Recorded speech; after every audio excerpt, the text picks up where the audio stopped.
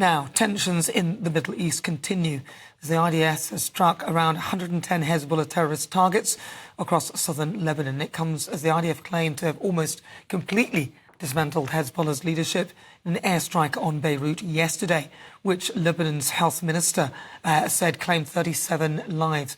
And with a week of explosions of pagers and radios, and is the situation getting out of control? So for the Great British Debate this hour, I'm asking, what do the Lebanon page attacks mean for the Middle East conflict? Well, joining me now, broadcaster and journalist Danny Kelly, and also broadcaster and columnist Lizzie Cundy. See, I almost forgot.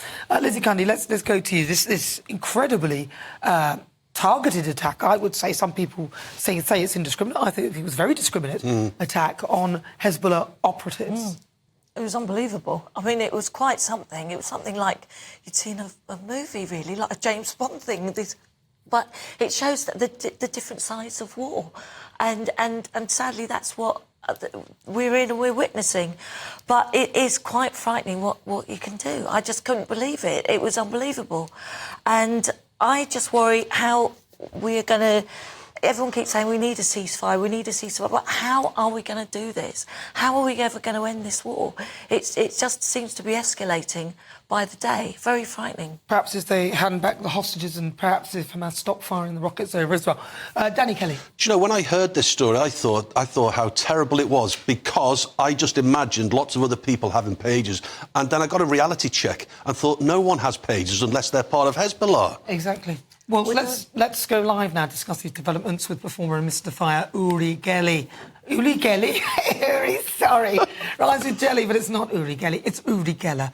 Uri, thank you so much for joining me. It's really good to talk to you. I finally met him in real life, which was an absolute honour. You're back in Israel now. Talk to me, Uri. Tell me all about this. What's on your mind? Okay, look, Nana. First of all, it was amazing to meet you too. What has happened in this region in the past few days is unbelievable. Hezbollah got the biggest shock ever.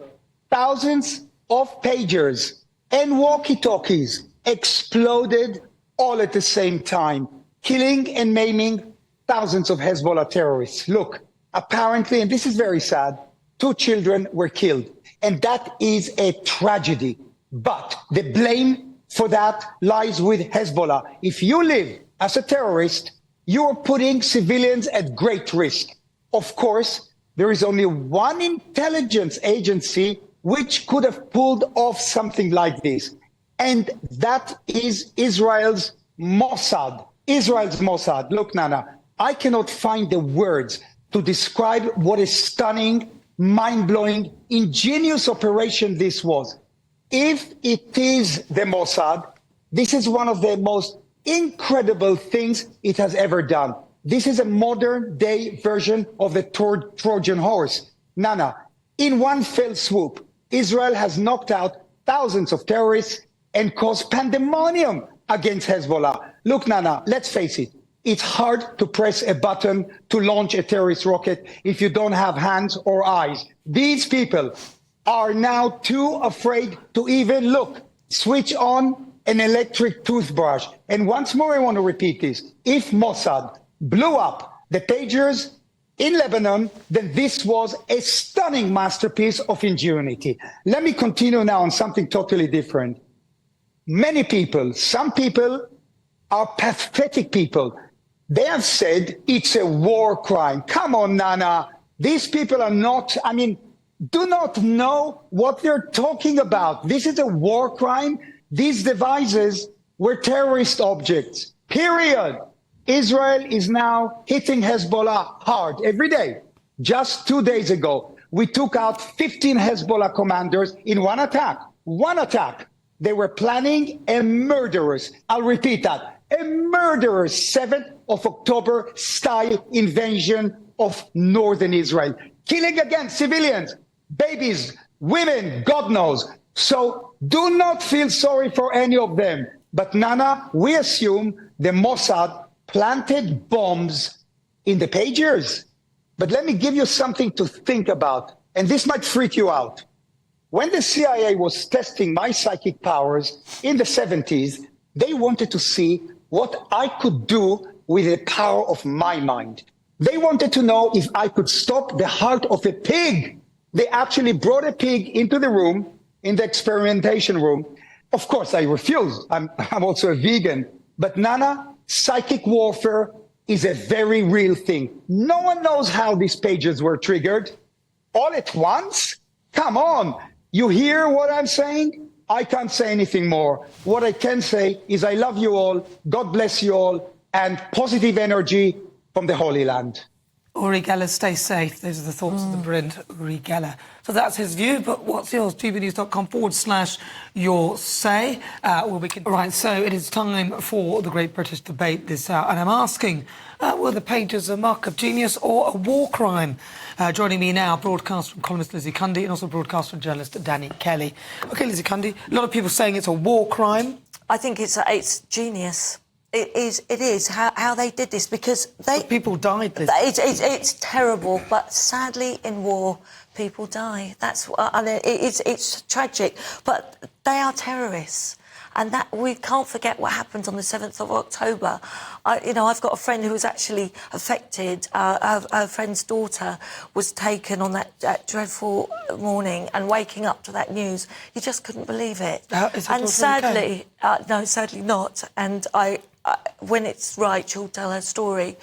But it is shocking what's gone on. I feel you can't help, your heart goes out to Gaza with all what's gone on, because sadly innocent people get affected by war. That's what war is. But the pages, I have to say, because they were using their smartphones, thinking they were getting listened into. It was very clever. They said, use the pages, no one can trace us with these, and look what Israel did. It was genius. Danny Kelly. The ingenuity behind it is remarkable. Yeah. And if it's a war crime, well, there'll be learned scholars who'll be able to define what a war crime is, so I don't have that answer for you. In your view, Well, if they targeted, as I said to you earlier, when I first heard that thousands of pages were exploding at the same time, obviously there was a phone call, there was some electronic message, bang, everything blows up. I thought that was awful in the sense that there'll be lots of other people walking around Lebanon with these pages. Then I thought to myself, nobody uses pages unless they're part of this group.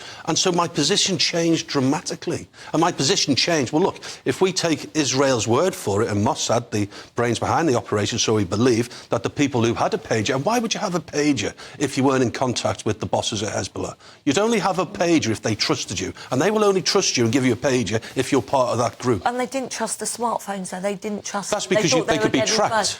But if it is correct that Israel actually made these from it's unbelievable scratch, how they did this. It's unbelievable. The planning must have taken years. You've got to buy a factory. You've got to put someone in the factory. You've got to get explosives. I think it was Hungary, was it? Bulgaria, I think, wasn't it? It depends whether there were explosives in there or there's some other thing that activated it, and they don't quite know yet. Oh, I thought it was military-grade explosives. But if it was, and some people were saying that it's in the lithium battery, but that hasn't been explained yet, then we need to be very afraid of electric cars. And I'm not saying that they'll blow up, but they have been known to do that anyway. But they're safe at the moment.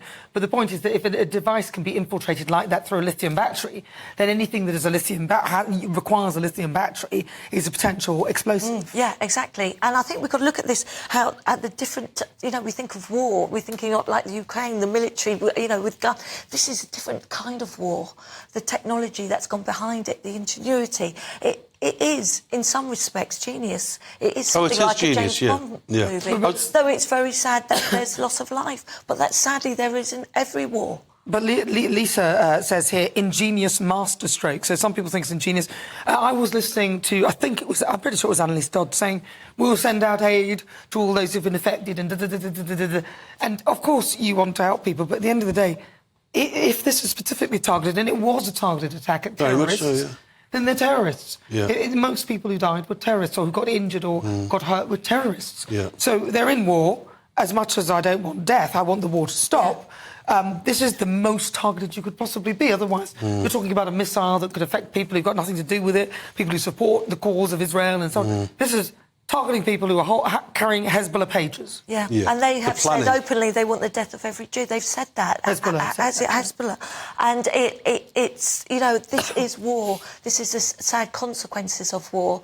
But this is a masterstroke. How Israel have managed to do this, It's unbelievable. If you think about it, my understanding is slightly different with the lithium. My understanding was that there were very small amounts of military-grade explosives. My other understanding is that there were thousands of pages. Now, if you just take a moment to think about it, if the reports are correct that they came from a factory in Eastern Europe somewhere, I think you said Bulgaria, my understanding is Hungary. So they must have travelled over to Hungary to implant these pages, knowing that they had the contract with Hezbollah, knowing that Hezbollah ordered that, because they couldn't just send them to, like, Curry's on the high streets. They couldn't get it wrong. No. They had to send them to Hezbollah. So the amount of planning of the people involved with this, how did they know that Hezbollah were going to order 2,000 pages from a place in Hungary? At the same time, they had actually impregnated the pages with it's incredible. It's incredible, but they knew that they weren't trusting the smartphones, and they were going to use the pages. But how they did this, and then it was also, Lizzie, because they all went off at the same time. So someone must have, again, impregnated technology that said when we make a phone call and we give that page a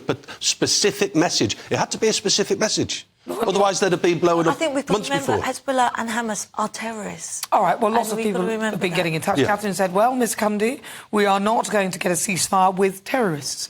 And I think she makes a good point there, Catherine, because Catherine's making a good point that any reasonable person would probably say, yes, time for a ceasefire, but these aren't reasonable people, Look, are they? we could have a ceasefire right now if Hamas gave back the terrorists, And hostages, and gave up their arms, but they are not willing to do that. And there was a ceasefire up until the 7th of October. They decided to do what they did.